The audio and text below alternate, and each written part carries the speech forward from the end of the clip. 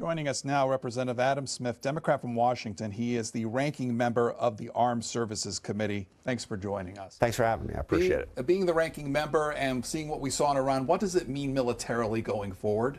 Well, I think what it really means is we still have to negotiate some sort of settlement with Iran. I mean, we're in this epic debate about how much damage was done to their nuclear program. But I think the thing that's pretty clear from any sort of legitimate expert is we have not eliminated Iran's nuclear program. How many centrifuges do they have left? How much, 60% enriched uranium do they have left? It's debatable, but they have some, and they also have the know-how and the ability to make the weapon. And it's a question of whether or not they have the will. We still need a negotiated settlement. Their nuclear program has not been eliminated. There's still a problem. We still need to go in and have that conversation. And, I know President Trump yesterday had said, we're all good, don't need it. And then later in the day, he said, well, maybe we'll keep talking to them. We have to keep talking to them because their nuclear program is still a problem. And then if the talks have to go forward, what are the topics of discussion as part of those talks? Yeah, I think there's roughly four. One, obviously the nuke program. We want a verifiable ability to make sure that they don't develop a nuclear weapons program. Get all technical about enriched uranium, but basically, if you're doing it for nuclear power, you only need to enrich the uranium to around 3 to 5% at most. Anything over that, really the only legitimate purpose would be a nuclear weapon. So how do we make sure they don't go over that amount? Obviously, the safest way is to not let them enrich at all, or in some cases, deals have been made for countries that want to develop nuclear power with it's enriched at a different country and then brought in. That's number one. Number two, Iran's support for terrorist proxies in the region. They have been a major destabilizing influence in Syria, Lebanon, Iraq, with Hamas in Yemen. How can we reduce that influence? Third, their missile program. The ballistic missiles that they've developed threaten their neighbors. And then fourth, from Iran's perspective, sanctions, economic relief. Now, all of those things are not, easily resolved, but those are the four things that are part of this negotiation. As far as the show of power that the United States has shown, was that a motivating force, do you think, to get us to talks with Iran? That's 50-50. I don't think the strike was a good idea. I don't think committing an act of war against a sovereign nation without legal justification is a good idea in general. But if you're going to do it, there better be a huge benefit. And of course, that's why Trump and Hegseth are running around blathering about how their nuclear program has been completely obliterated, even though anyone will tell you that is not the case. So I don't think we got a lot for it. Now, the debate on how it affects the negotiation, I'm kind of 50-50 on. On the one hand, you could say, yes, Iran is now knocked back on their heels. They're fearful. They're going to be more likely to come to the table. Because of that, frankly, that was caused a heck of a lot more by what Israel has done, which I support. Israel, was directly threatened by Iran. It was clearly an imminent threat to Israel. So Israel attacking their missile sites and everything, they had been already attacked by Iran. Israel also degraded Hezbollah and Hamas. So that, I think, has had more to do with our bombing campaign. But does our action force Iran to think, we better make a deal because they could hit us again? Or does it make them think, what's the point in negotiating? They're just going to bomb us. I'm 50-50 on that. It's really hard to say.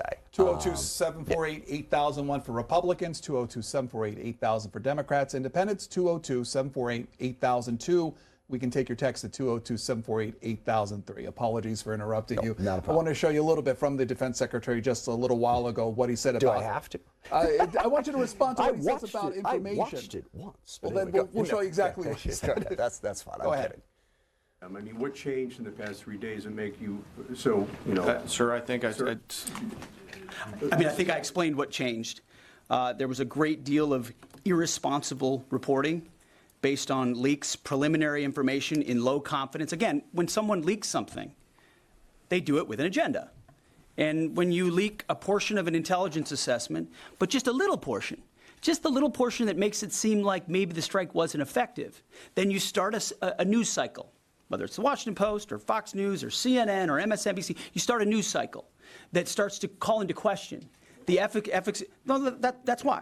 So you bring the chairman here, who's not involved in politics. He doesn't do politics. That's my lane to understand and translate and talk about those types of things. So I can use the word obliterated. He could use defeat, destroyed, assess, all of those things. But ultimately, we're here to clarify what these weapons are capable of, which anyone with, two eyes, some ears, and a brain can recognize that kind of firepower with that specificity at that location and others is going to have a devastating effect. So we all recognize there will be days and weeks ahead. That's why yesterday I said, if you want to know what's going on at Fordo, you better go there and get a big shovel. Because no one's under there right now. No one's under there able to assess, and everyone's using reflections of what they see. And that's why the Israelis, the Iranians, the IAEA, the UN, to a man and to a woman who recognize the capability of this weapon system are acknowledging how destructive it's been. So that's what's changed. That was the Defense Secretary's assessment. What's your assessment? Well, I mean, I think it comes back to what I said earlier. We don't know. You don't just need a shovel. There are other ways to gather intelligence on what is being seen in that place. But we don't really know how much the Iranian program has been degraded. And the Secretary's not wrong. DIA report was preliminary, based on some measurements of exactly how far these bombs could go, how far below the surface we knew that the centrifuges were. But again, it's not the only site that Iran had. It's not their only ability to build centrifuges. And crucially, the highly enriched uranium, and uranium rich at 60%, wasn't at Fordo. And they had considerable advance notice of the attack. Isfahan, I think, is the name of the place where the material was, so it could have been moved. So the point is, whatever sort of semantic debate we want to get into over how much the Iranian nuclear program has been degraded, it has not been eliminated. And it's highly irresponsible of both the President and the Secretary of Defense to come out and say it's been obliterated. All gone, all done, we're done here. That is wrong, okay? Or at an absolute minimum, not known. We still have a problem with an Iranian nuclear program. It is a weakened Iranian nuclear program, and it's really a technical debate. How weakened? How long is it going to take them? How many centrifuges do they have left? How much 60% uranium do they have left? How long would it take them to get back up? Not that long is the bottom line. So we still have a problem with the Iranian nuclear program that we're going to have to deal with going forward. We'll take some calls. Let's start with Joseph. He's in Florida, Republican line. Joseph, go ahead. You're on with our guest, Representative Adam Smith. Yeah, how are you? I grew up in New York City, so I was surrounded by liberals like your guest who think they're the smartest guys in the room. You don't even know me, sir. Why do we have to start there? I'm trying to have a conversation, and you come in and just insult me in the first sentence. You got a question? You want to have a conversation? We'll let him finish. I'm happy to have it. But Joseph? that type of conversation is what is destroying our democracy. You didn't grow up with me. You don't know me. You've never met me. You have no idea who I am. Representative, we'll let him got finish. A question? Let's Joseph, have go a ahead, conversation. I said I know people because I've seen you on TV. I've seen you on TV. You just said that every one of your Democrat friends walk around like Trump is a dummy. The guy's a multimillionaire. He should get the Nobel Peace Prize. I don't remember you complaining about Obama dropping bombs via drone on sovereign countries. President Trump never said this is done, it's over. He wants to make a peace deal. He said that their nuclear stockpiles are eliminated for now. The stockpiles are eliminated for now. It's going to put them back about 10 years, hopefully 20 years. You guys, all you do is complain about what President Trump does. It's not all I do. Everybody else is just going to listen to you. Okay, Joseph, thank you. Now, let me just say, in the middle of that, there's some pretty decent points and a fair conversation. I'm telling you, I'm just sick to death, and this is right and left. Every call has to start out with an insult. Every call has to start out with some bold, bland statement about, can we just have a conversation? In the middle of that call is a legitimate complaint. In the last 25 years, Obama, Biden, Trump, Bush have dropped a lot of bombs on a lot of people. And I actually will agree with the caller. I think in many instances, I was too slow to be critical of that, to really understand the implications of it. And I think that is a very, very legitimate point. And in this instance, we're talking about, really just think how serious it is to drop bombs on a sovereign country.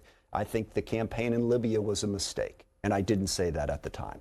And that's certainly a mistake that I made as a member of Congress. I think it's a legitimate question about why are we doing this? What is it accomplishing?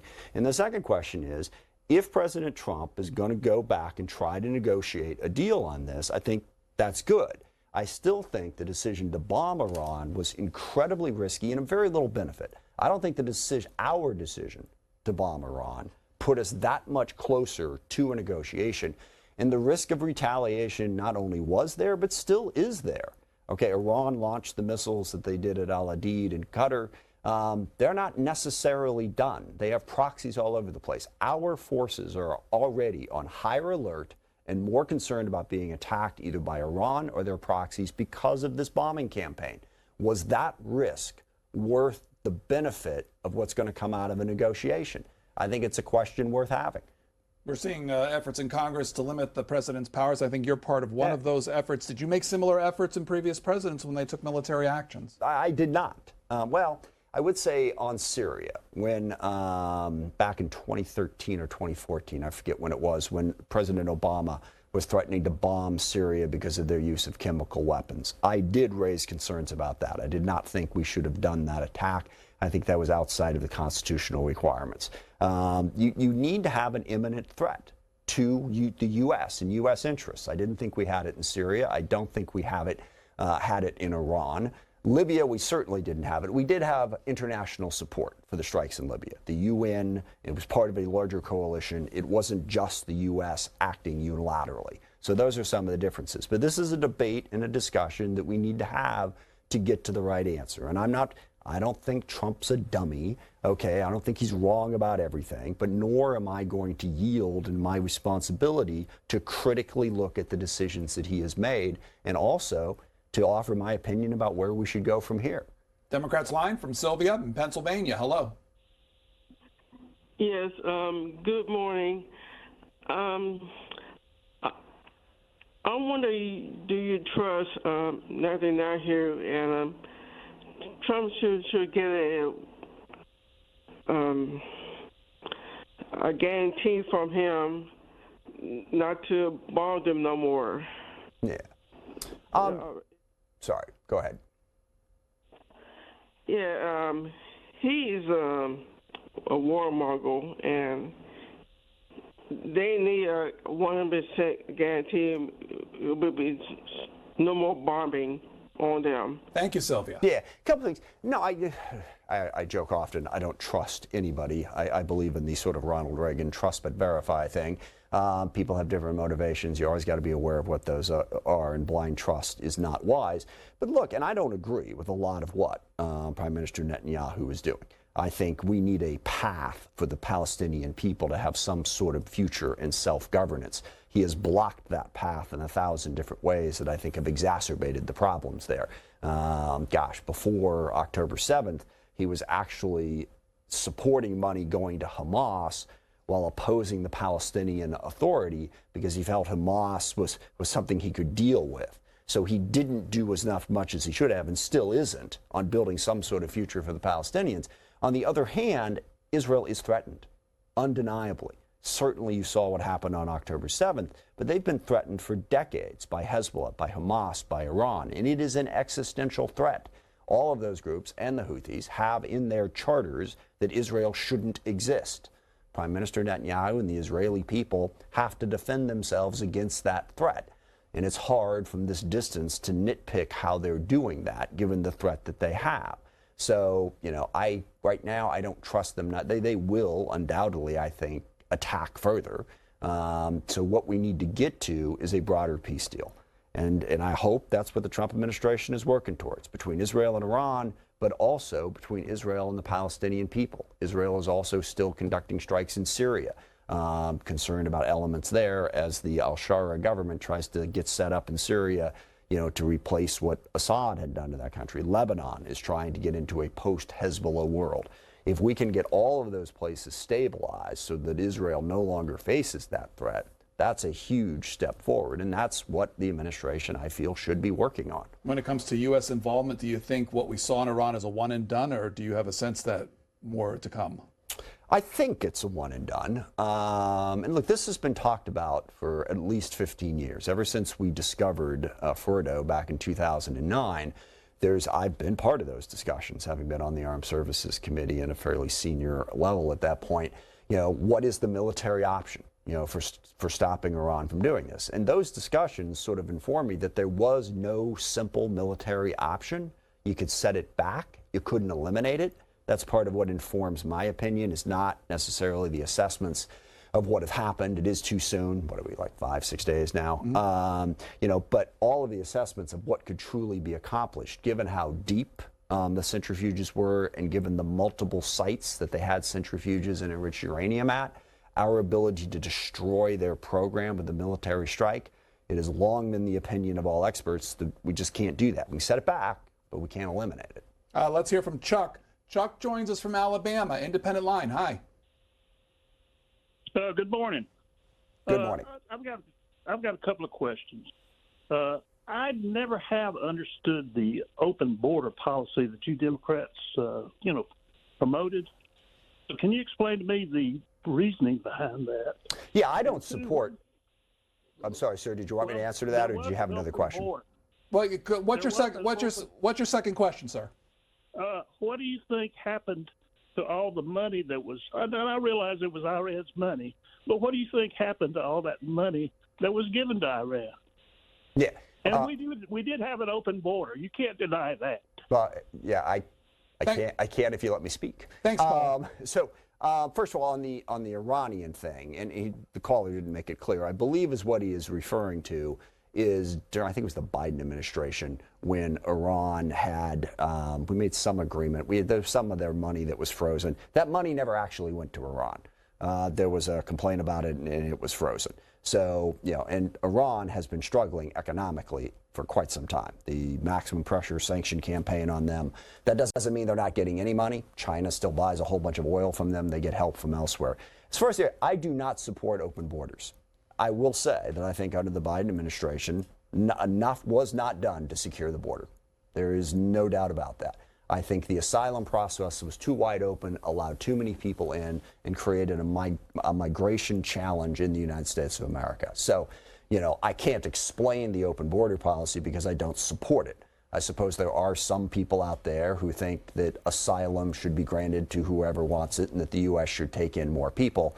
That is not and has never been my position. I think we need legal immigration. I think we need to allow people in that regard, but we do need to have a secure border. The one point that I will make that your caller will almost certainly disagree with, I do feel that we need to have a pathway to citizenship for the undocumented population in this country. If you have been living in this country for an extended period of time, you don't have a criminal record, you got a job, you're paying taxes, you're part of the community, I do not think it is in the best interest of the United States of America to pick those people up and deport them. And that's what we're seeing the Trump administration do in many, many instances. They want to get rid of every single undocumented immigrant in the United States of America and deport them. I disagree with that policy. I think it's wrong. I think it's unfair, certainly to those people I just described. It's also horrific for the U.S. economy and for our communities. So I support a pathway to citizenship. I don't support an open border, and I will readily acknowledge that the Biden administration did not do enough to secure our border. From New York, Paul, Republican Line. Hi. Yes, good morning, gentlemen. Thank you so much for the opportunity to Good morning. Express a few ideas. Mr. Smith, a very impressive man. I've enjoyed listening to you so far. I think one of the issues that we have in the public here, especially in New York, when we see that letter D in front of a gentleman's name, we automatically have a kind of a visceral response to what the Democrat Party is all about. Your party just elected a communist here in New York City to run the greatest city in the world. And I think that when you have that earlier caller who you claim made some personal attacks, I didn't see it that way, but I think you have to understand that you're in a party that the general public just simply does not agree with, that in terms of their overall policy. The Squad, AOC, certainly what's her name? I forget her name now, but some of these representatives, they just seem to be off the wall. So I appreciate someone like you, and I appreciate you trying to give a reasonable sort of explanation of some of the ideas of the Democrat Party. When you get to immigration, when you get to the border, I'm glad to hear you say it was not handled well. We had the Vice President, Kamala Harris, who never even went there. And again, they're all Democrats. So that's one of the reasons you get the kind of response you get from the general public. I understand. And look, I represent the Seattle Bellevue area. I am deeply frustrated by the governance that was done in the Seattle King County area by a far left approach to governing. We've had a major problem with crime, homelessness, drug abuse. We haven't built enough housing because we're drowning in process and inclusion instead of a focus on getting things done. I think Ezra Klein's book, Abundance, describes that quite well. We have not been efficient and effective, and I will not disagree for a second. The Democratic Party is in a hole for a lot of the reasons that you state, and we have got to get out of that hole by better addressing those issues. And believe me, I've had a lot of criticisms from the left for the fact that I have been critical of those policies and offered a better way. I didn't follow the mayor's race that closely in New York. There is one aspect of what Mamdani is talking about that I think there is some support for, and that's the notion that life is too expensive for average people. Housing's too expensive, childcare is too expensive, transportation, education, and too much wealth concentration has happened in this country. Corporations and the wealthy have way more power and control versus the average working person. And if we want to try to correct that, I'm all for it. But I don't disagree with you that the Democratic Party on immigration, on crime, on a variety of different issues, even on economic policy. One criticism I do have of what I've heard from Mamdani is you can't just promise free stuff to everybody. It's got to be a balance. Yeah, we need to have, I believe, a robust social welfare state to help people. But the goal is to help people be self-sufficient, to help them get a job, help them pay them a decent wage for their job. And that's one thing I really do feel strongly about, more sort of on the left side of it, is workers need to be paid more. I grew up in a blue-collar family. My father was a baggage handler for United Airlines at SeaTac Airport. The wages he made 40, 50 years ago, whatever it was now, was enough to raise our family. But we've seen workers' wages and benefits go down while corporate profits and shareholder return has gone up to the point where people can't afford to live in cities like yours or cities like mine. So if we want to aggressively go after that corporate power and go after that concentration of wealth so that we have more broad-based opportunity for working people, I'm all for that. And I happen to think that Democrats do a better job of going after those issues than Republicans do. So, I have no problem with trying to work to make our party better and have it address some of those issues. As a member of Armed Services, I wanted to get your perspective on the president's influence at NATO. They're increasing their defense spending. I think it's good, but again, one of the aspects of Secretary Hegseth's press conference that you didn't highlight is this ridiculous effort to attack the press, attack the media, and also to claim that everything Trump does is the most brilliant thing ever done in the world. Secretary Hegseth literally said that this operation was the most secretive, successful military operation in the history of the United States of America. So not D-Day, not the bombing of Tokyo in 1942, not the killing of Osama bin Laden. Come on.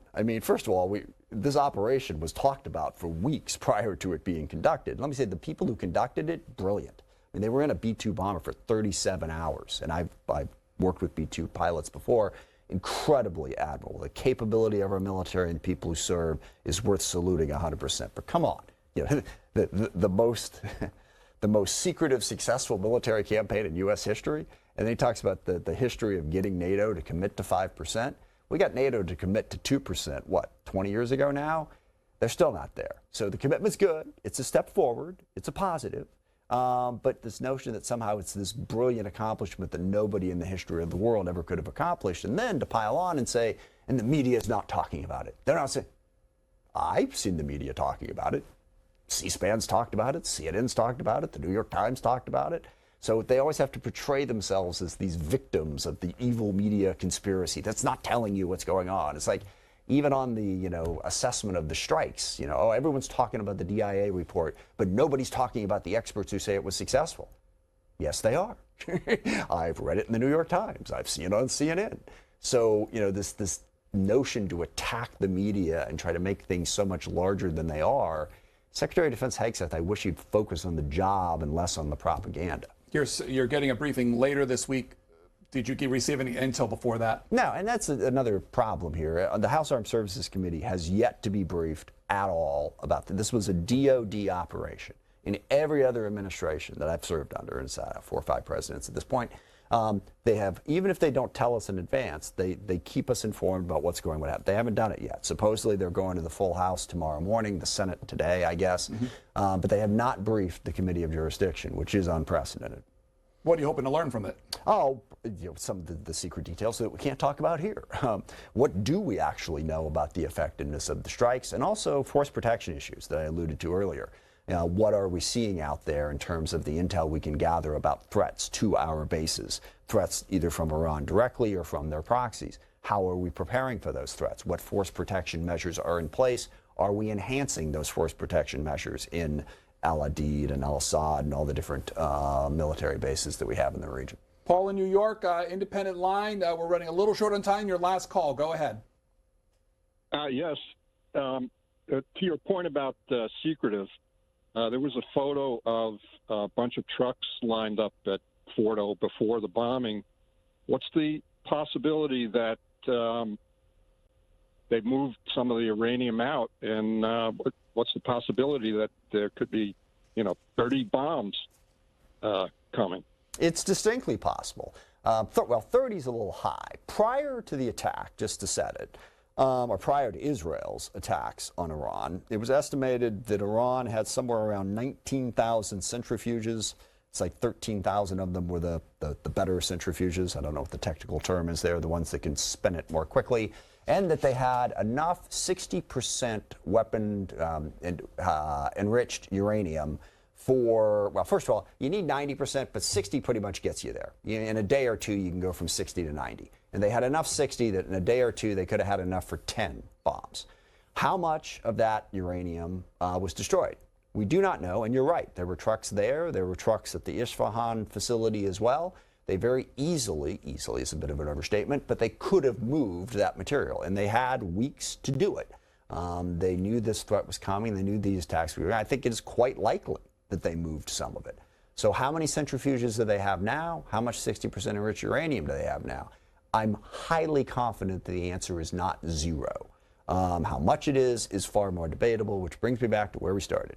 Iran still has a nuclear program that we have to deal with, and I want President Trump to go negotiate a deal and deal with that challenge and actually end Iran's nuclear program. That's what has to happen now going forward. One more question. When it comes to the region, what's the level of alert of military bases in light of what happened? High. Yes. And what's being done to protect it? We have over the, last couple of years, because Iran has been a threat for a while, we have been significantly upgrading our force protection measures in the region. I was just there 2 months ago in Qatar, Bahrain, UAE, and Iraq, and visited a lot of these bases and discussed as a whole bunch of different systems. Because you got the missiles you got to worry about, but then drones. And is the drone coming fast? Is it coming slow, high, low? There are different defense mechanisms that are going to be effective against those different threats. And we're trying to get them out to those bases as much as possible. Patriot is incredibly effective against incoming missiles, not terribly effective against incoming drones. And then you need the radars and the sensors so that you can see them. That's the key, is seeing it in the first place, so then you can fire and take that out. So we are upgrading that and have been upgrading it for the last several years. Representative Adam Smith, the ranking member of the Armed Services Committee, Democrat who serves the state of Washington. Thanks for your time. Thanks for the chance. I appreciate it.